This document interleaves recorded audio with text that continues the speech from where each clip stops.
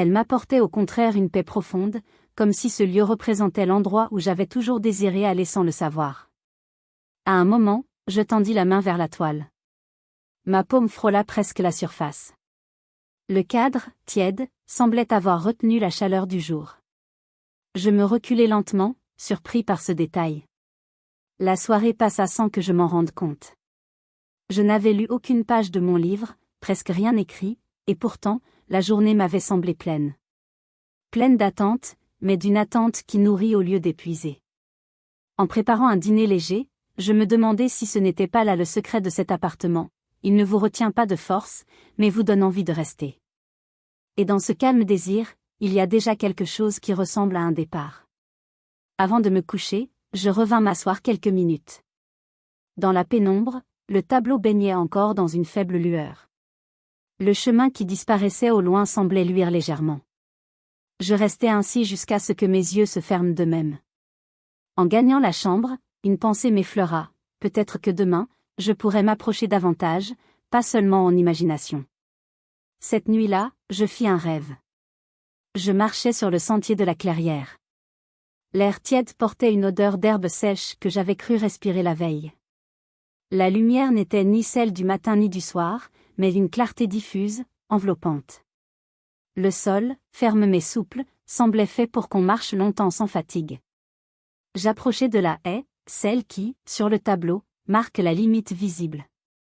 De près, ses branches paraissaient plus fines, presque translucides, laissant entrevoir un éclat plus vif. J'écartai les feuilles, au moment précis où j'allais passer, je me réveillai. Il faisait encore nuit dans l'appartement. Tout était silencieux, mais mon cœur battait plus vite, non pas de peur, mais comme lorsqu'on interrompt un geste qu'on voulait accomplir. Je restai allongé, fixant le plafond invisible. L'image de la clairière persistait derrière mes paupières, semblable à la rémanence du soleil quand on l'a trop fixé. Au matin, je me levai plus tôt que d'habitude. Dans la cuisine, je préparai un café que je bus presque machinalement, déjà attiré vers le salon. Le tableau semblait m'attendre. La lumière du jour se mêlait à la sienne, créant un éclat d'une justesse étrange, comme si la peinture et le réel s'étaient accordés. Je repris ma place habituelle et me plongeai de nouveau dans la contemplation. Les buissons au fond paraissaient moins touffus que la veille. Par moments, j'avais l'impression qu'un souffle d'air chaud en sortait, imperceptible mais certain. J'écrivis dans mon carnet, rêve presque accompli. La haie est un seuil. Impression que le tableau réagit à ma présence. Puis je reposai le stylo, les mots étaient insuffisants. Ce que je ressentais dépassait les phrases. La matinée passa dans cet état d'attention flottante. À midi, je sortis acheter quelques fruits. Dehors, la ville me parut plus dure, plus anguleuse, pleine de bruits secs et de gestes rapides. De retour au 3e étage, tout me sembla au contraire arrondi, ralenti, comme si le temps y était adouci. Je me rassis devant le tableau. Une idée m'effleura, peut-être que demain serait mon dernier jour ici. Non par lassitude, mais parce que vient toujours le moment où il faut répondre à l'invitation. Le soir, je dînai rapidement, sans allumer la lumière. Le crépuscule baignait la pièce d'une teinte violette. Dans le tableau, la clairière se transformait. Les ombres s'allongeaient, et la haie paraissait presque s'ouvrir. Je restai assis jusqu'à ce que la nuit recouvre tout, sauf la faible clarté du fond. L'idée qu'au matin je pourrais marcher vers la cheminée et poursuivre, en vrai, le chemin entamé en rêve, me sembla naturel. Avant de dormir, j'ouvris les fenêtres pour respirer l'air extérieur. Il me parut lourd, presque pesant après celui du salon. Je refermai vite. Dans mon lit, je pensais à ceux qui m'avaient précédé, Lefebvre, Madame Julien, Madame Renaud. Aucun n'avait parlé du tableau, mais tous étaient partis avec la même sérénité sur le visage. Peut-être, eux aussi, avaient vécu une veille de départ semblable à la mienne. Je m'endormis convaincu que le lendemain, un choix m'attendait et que je savais déjà lequel.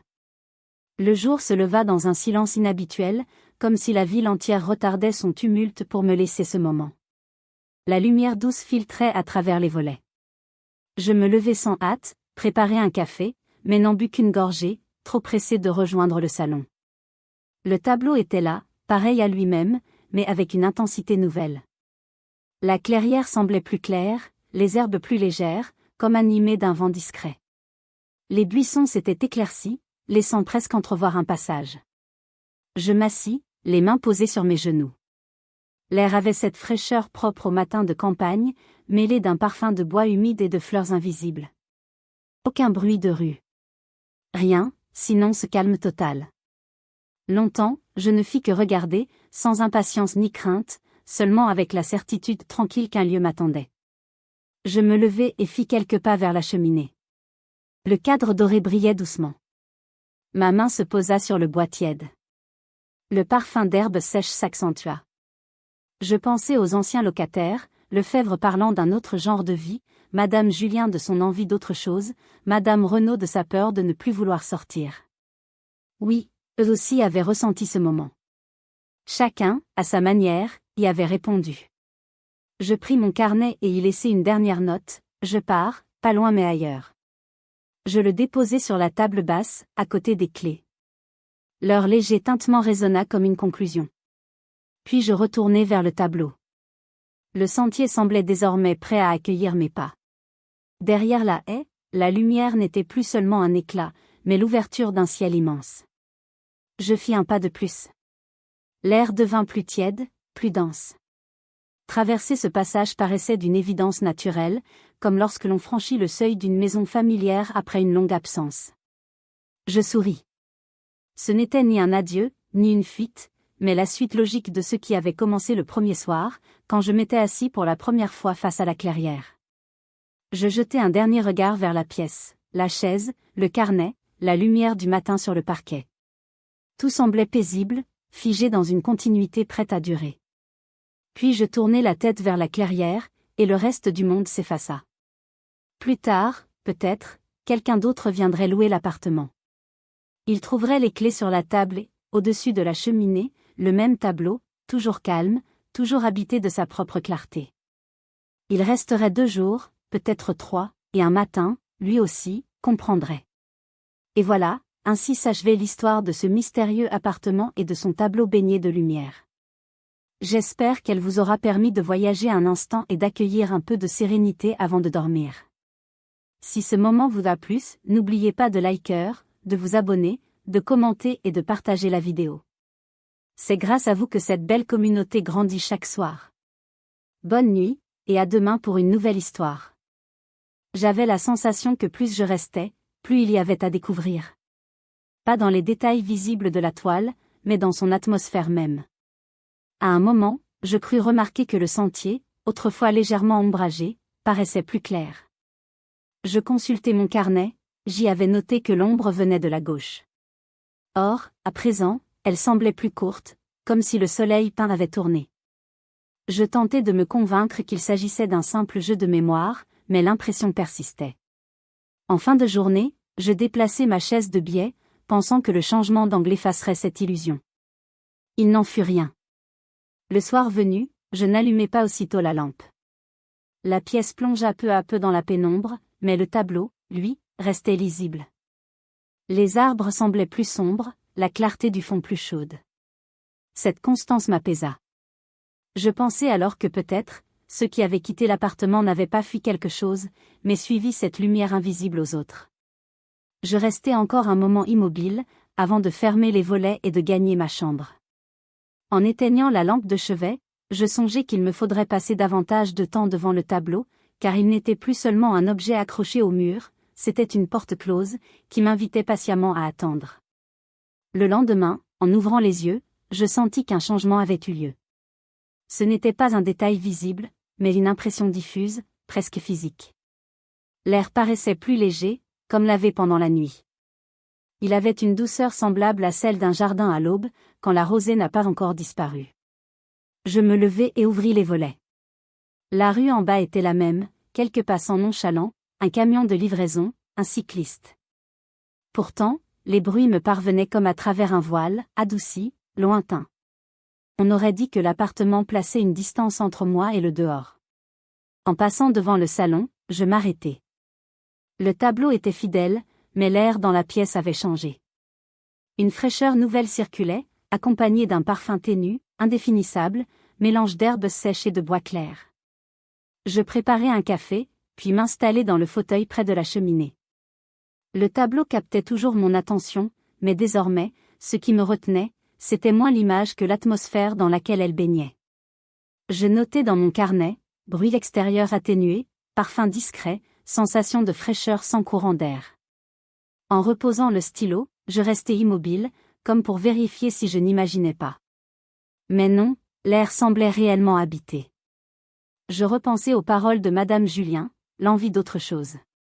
Peut-être que cette autre chose commençait ici, dans un changement invisible qui vous détache peu à peu du reste. Vers midi, je sortis acheter du pain. Dès que je franchis la porte de l'immeuble, la différence me frappa, le bruit de la rue me parut sec, brutal, presque agressif. Les voix, les moteurs, le claquement des talons sur le trottoir, tout semblait plus tranchant. Je fis mes courses rapidement, pressé de revenir. Et plus je montais l'escalier, plus le calme revenait, comme si l'appartement conservait un climat autonome, indépendant du monde extérieur. De retour, je posai le pain sur la table et m'assis face au tableau.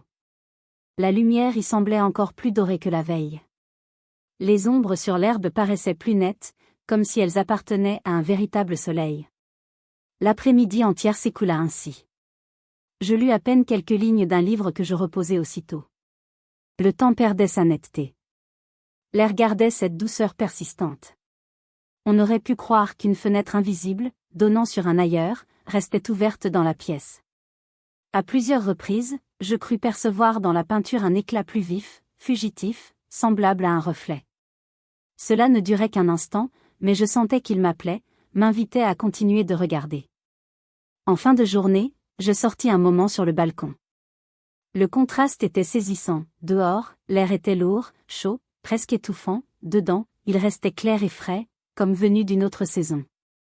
Je me demandais si les anciens locataires avaient eux aussi remarqué ce changement. Peut-être l'avaient-ils senti dès la première nuit, sans chercher à comprendre. Ou bien fallait-il rester longtemps pour vraiment le percevoir. Le soir, je ne pris pas la peine d'allumer la télévision ni d'écouter la radio. Je restais simplement assis, parfois dans l'obscurité, respirant cet air nouveau et contemplant le tableau. Je me surpris même à fermer les yeux pour savourer cette atmosphère comme si elle avait un goût. Avant de me coucher, j'écrivis encore une phrase, l'air n'est plus celui de la ville, c'est celui d'un autre lieu que je ne connais pas encore.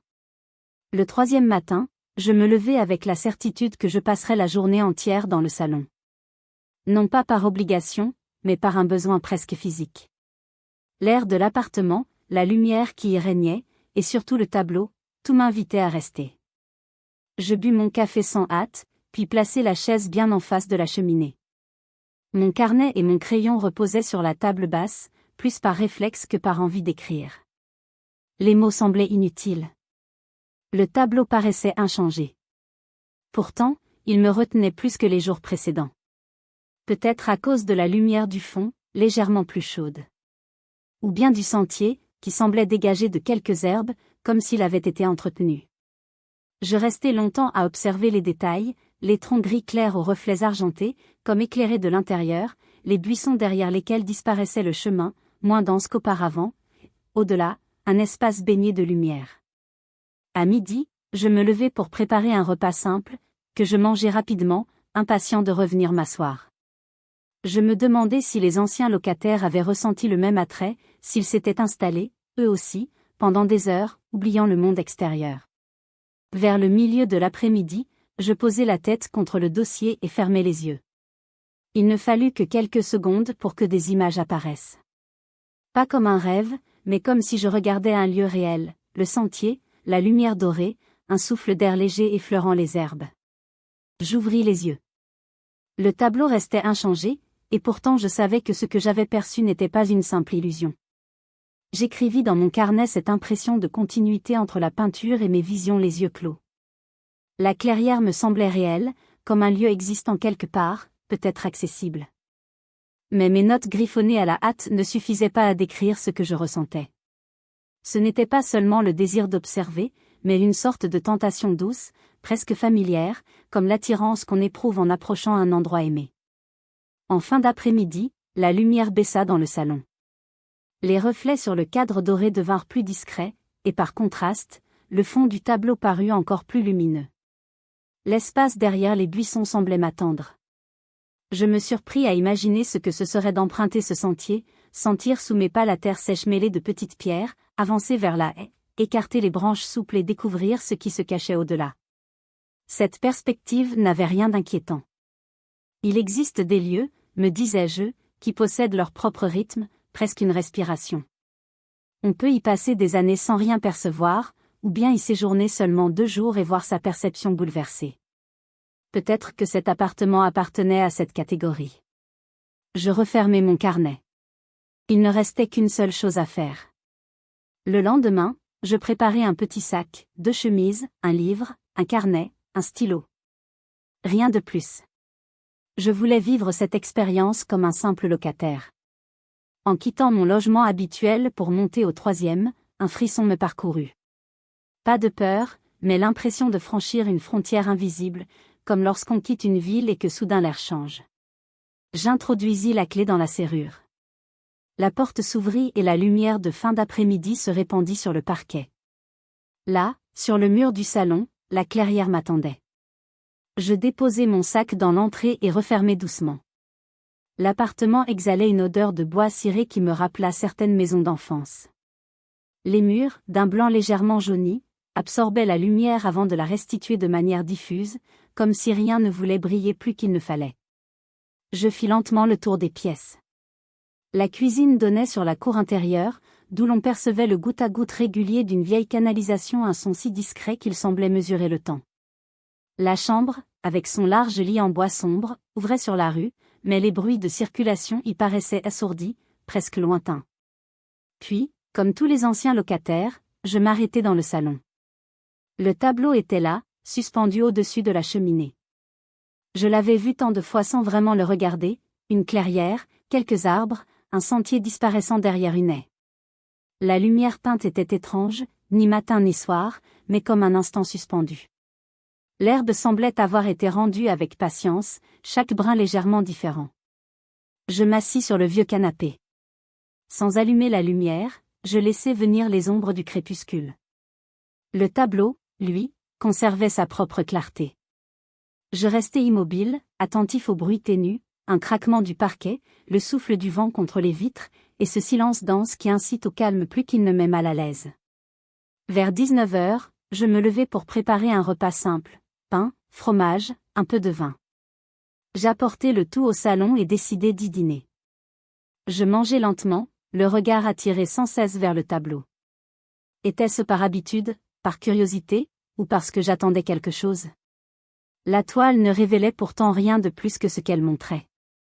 Mais j'avais l'étrange impression que si je restais assez longtemps, quelque chose finirait par se dévoiler. À 2 heures du matin, je rangeai la vaisselle et gagnai la chambre.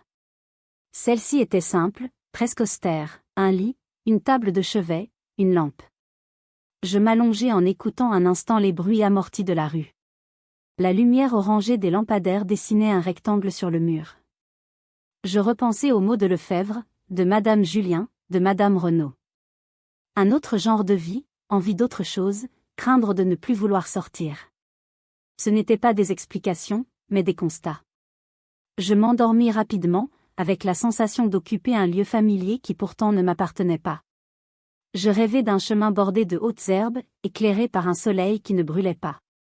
Je marchais sans but, entendant seulement le bruit de mes pas sur le sol sec. La marche elle-même suffisait. Au réveil, je restai couché quelques minutes, les yeux ouverts, à écouter. Le silence semblait plus dense que la veille, comme si la nuit l'avait épaissi. En allant vers la cuisine, je passai devant le tableau. Il était identique, bien sûr, mais j'eus l'impression que le sentier au loin s'était éclairci. Détail insignifiant, sans doute un effet de mémoire, mais je le notai dans mon carnet. Je me préparai un café et m'assis près de la fenêtre, contemplant les toits de la ville sous un ciel clair, presque immobile. Rien ne m'appelait à sortir. Pour la première fois depuis longtemps, je n'avais aucune hâte de rejoindre mes obligations. Je restai dans l'appartement comme un invité à sa place. C'est alors que je compris, ce séjour n'était peut-être pas une enquête, mais une manière de me laisser surprendre. Et que, moi aussi, j'étais entré dans ce cycle des 2 jours dont tous parlaient. Il était tôt, et je n'avais encore rien fait, sinon rester assis dans le salon. La lumière traversait la grande fenêtre, se posait sur le parquet, caressait la cheminée. Mais le tableau, lui, semblait indépendant de cette clarté. Il possédait la sienne, douce et constante, insensible aux heures. Je m'en approchai. La toile, pas très grande, peut-être 60 par 50 cm, était encadrée de bois doré, un peu écaillé. On y distinguait une clairière bordée d'arbres au tronc pâle, presque argenté. L'herbe, d'un vert tendre, annonçait le printemps, ponctuée de petites fleurs blanches à peine visibles. Au centre, un sentier serpentait, disparaissant derrière une haie de buissons. Plus loin, la lumière devenait plus intense, comme si le peintre avait voulu suggérer un espace vaste et invisible, baigné de soleil. Rien de précis, seulement un éclat doré, comme une promesse. Je notai quelques observations dans mon carnet, la lumière du fond plus vive que celle du premier plan, des ombres hésitantes sur l'herbe, une impression générale de calme et d'attente. Puis je posai le carnet, pris une chaise et m'installai face à la cheminée. Étrangement, plus je contemplais la toile, moins elle me semblait une peinture. C'était un lieu, avec son propre air, sa saison, sa température. Le silence de la pièce se mêlait à celui de la clairière. À un moment, je crus entendre un froissement léger, comme celui d'une feuille dans le vent. Je me penchai. Rien, sinon le craquement du bois de l'immeuble. Pourtant, ce bruit avait existé, j'en étais sûr. Je me surpris à chercher une silhouette, un animal, quelque chose qui habiterait cette scène. Mais il n'y avait rien. Et peut-être était-ce justement cela qui captivait, l'absence de tout mouvement, comme si ce lieu n'attendait que celui qui le regardait. À midi, je gagnai la cuisine pour un repas rapide, que j'avalai presque distraitement, pressé de revenir au salon.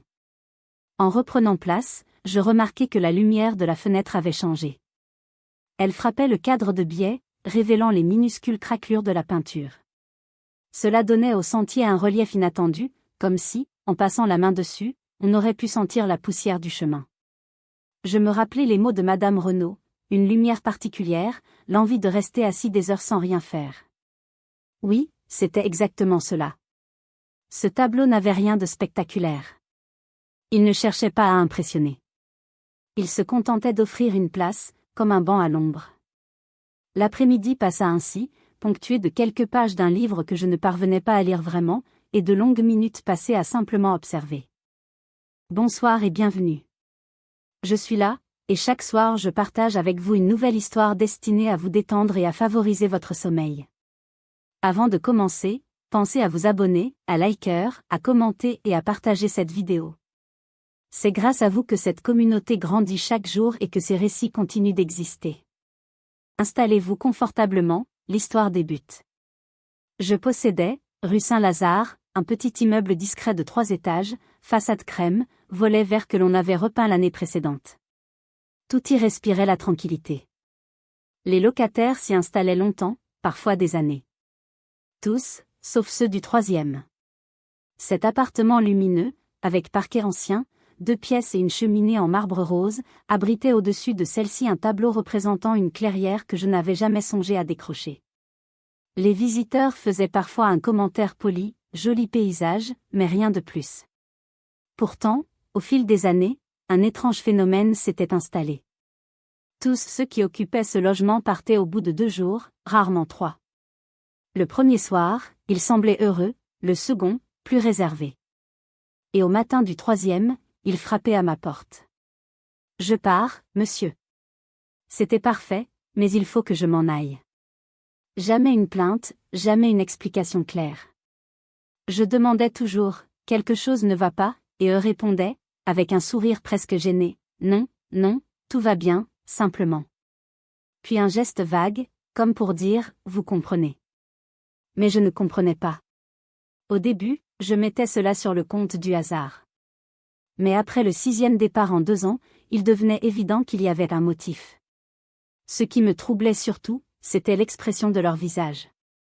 Pas d'agacement ni de colère, mais une sorte de sérénité, comme s'ils avaient trouvé mieux ailleurs. Un après-midi de mai, la dernière locataire, une jeune femme aux cheveux noirs, descendit l'escalier avec une petite valise. « Vous partez déjà, Madame Renaud ?» lui demandai-je. Elle hésita un instant, puis répondit. Oui, c'était charmant, vraiment. Mais je préfère rentrer chez moi. Et où est chez vous? Elle eut un léger sourire. Oh, vous savez, pas très loin. Puis elle sortit sans se retourner. Je restai longtemps à contempler la porte close. Le soir, je montai visiter l'appartement, comme je le faisais toujours après un départ. Tout était en ordre. Rien n'avait été déplacé ni abîmé. Dans le salon, le tableau était là, immuable, une clairière baignée de lumière dorée, traversée par un sentier qui disparaissait derrière une haie d'arbres. Je m'assis sur le vieux canapé et laissai mon regard s'y perdre. Ce n'était pas un chef-d'œuvre, la perspective était maladroite, les arbres un peu rigides. Mais les tons verts et jaunes dégageaient une douceur particulière. Je ne sais combien de temps je restai ainsi. En quittant l'appartement, une idée s'imposa, la seule façon de savoir serait d'y vivre moi-même. Après tout, 2 jours, ce n'est pas grand-chose. Cette pensée ne me quitta plus. Les jours suivants, au marché ou en rangeant mes papiers, je me surprenais à y revenir. Et si j'y dormais, juste pour voir? Je pourrais noter ce qui se passe, heure par heure. Un soir, j'appelai mon vieil ami Giraud. Tu vas rire, lui dis-je, mais je crois que mon appartement du 3e a quelque chose de spécial. Spécial comment? Tous ceux qui y entrent repartent au bout de 2 jours. Peut-être qu'il y a de l'humidité? Non, ils sont contents. Trop contents, même. Un silence, puis il éclata de rire. Tu veux que je te dise? C'est toi qui deviens superstitieux. Je ris aussi, mais sans conviction. Ce soir-là, avant de dormir, ma décision était prise. J'emmènerai un sac, quelques vêtements, un carnet, et j'y passerai 2 nuits. Je n'attendais rien de précis, seulement la certitude qu'un mystère, même paisible, mérite qu'on le regarde de plus près. Et, au fond, j'avais envie, moi aussi, de voir cette clairière autrement que peinte sur une toile.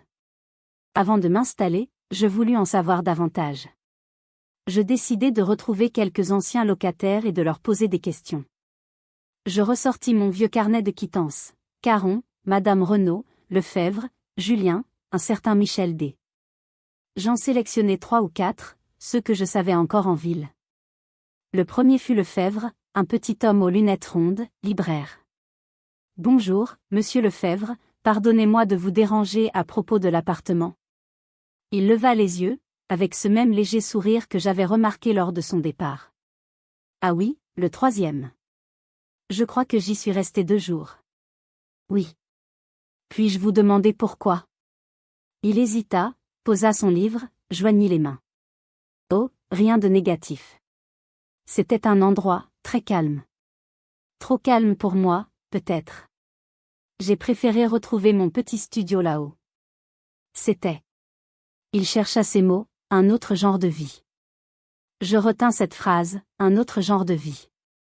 La deuxième fut Madame Julien, la 50aine, vêtue de clair. Je la croisai au marché. Vous souvenez-vous de l'appartement du 3e? Elle sembla chercher un souvenir lointain. Oui, très bien. Vous n'y êtes pas resté longtemps. Non, mais c'était suffisant. Suffisant pourquoi?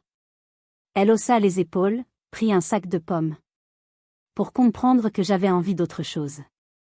Puis elle changea de sujet avec douceur, comme on ferme un livre qu'on ne veut pas commenter. Enfin, je rencontrai Madame Renaud dans un café près de la gare. Elle arriva avec un foulard bleu. « Je suppose que vous voulez savoir pourquoi je suis partie, » dit-elle en s'asseyant. En effet. Elle resta silencieuse un moment, regardant les passants. Dans cet appartement, il y a une lumière particulière.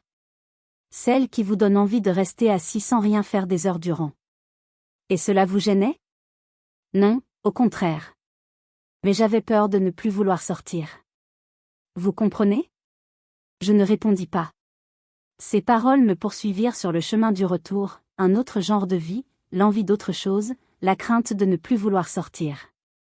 Rien de concret, pas de défaut matériel, mais toujours ce lien invisible, doux et ferme, qui semblait retenir puis relâcher.